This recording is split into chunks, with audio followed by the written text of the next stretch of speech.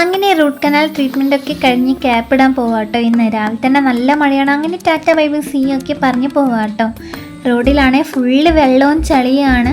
അങ്ങനെ വീടിൻ്റെ വളവിലായിട്ട് ഗ്യാസും വണ്ടി ചളിയിൽ പൂണ്ടുപോയിട്ടുണ്ട് കേട്ടോ. അപ്പം അച്ഛൻ അവരെ സഹായിക്കാൻ പോയതാണ്. ഗ്യാസും കുറ്റിയൊക്കെ മാറ്റി വെച്ചിട്ടുണ്ട്. അങ്ങനെ അതൊക്കെ കഴിഞ്ഞ് ക്ലിനിക്കിലേക്ക് പോവാം കേട്ടോ. റോഡാണെങ്കിൽ നല്ല ബ്ലോക്കാണ്. അപ്പോൾ ഈ ഒരു ക്ലിനിക്കിനെ കുറിച്ച് കൂടുതലൊന്നും അറിഞ്ഞാലോ? ഇത് നമ്മുടെ കണ്ണൂർ പഴയ ബസ് സ്റ്റാൻഡിലെ യോഗശാല റോഡിലുള്ള ഒരു ഡെന്റൽ ക്ലിനിക്കാണ്. 1993 തുടങ്ങിയ ക്ലിനിക്കാണ് ഇത്. അതിന് 33 വർഷമായി ഇവിടെ ക്ലിനിക്ക് നടത്തിക്കൊണ്ടിരിക്കുകയാണ്. ഇവിടെ പറയുന്നത് വെച്ചാൽ ഒരുവിധം എല്ലാ ട്രീറ്റ്മെൻറ്റ് നടക്കുന്നത്.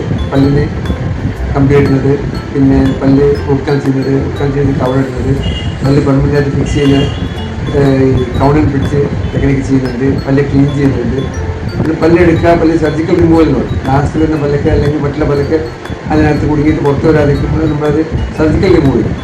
അതൊക്കെ ഇവിടെ ചെയ്യുന്നുണ്ട്. പിന്നെ ക്ലീനിങ് ആൻഡ് പോളിഷിങ് ചെയ്യുന്നുണ്ട്. പല്ല് വെച്ച് കൊടുക്കുന്നുണ്ട്, വെപ്പ് പല്ല് വെച്ച് കൊടുക്കുന്നുണ്ട്. അത് ഫുള്ളായിട്ട് സെറ്റ് വെച്ച് കൊടുക്കുന്നുണ്ട്, പോയ പല്ല് മാത്രം വെച്ച് കൊടുക്കുന്നുണ്ട്. പിന്നെ പല്ലുമായിട്ട് ബന്ധപ്പെട്ട ഒരുവിധ എല്ലാ ട്രീറ്റ്മെൻറ്റും ഇവിടെ നടത്തിക്കൊണ്ടിരിക്കുക. ഇത് കഴിഞ്ഞ 32-33 വർഷമായിട്ട് നടന്നുകൊണ്ടിരിക്കുന്ന ക്ലിനിക്കാണ്. ഇവിടെ ഞാൻ മാത്രമേ ഡോക്ടറായിട്ടുള്ളൂ. എൻ്റെ സ്റ്റാഫുണ്ട്. ഇവിടെ ബാക്കി എല്ലാ സജ്ജീകരണങ്ങളും ഉണ്ട്. അപ്പോൾ താങ്ക് യു ഡോക്ടർ. അങ്ങനെ ക്ലിനിക്കിൽ നിന്ന് ഇറങ്ങി തിരിച്ചു പോവാണ് കേട്ടോ വീട്ടിലേക്ക്.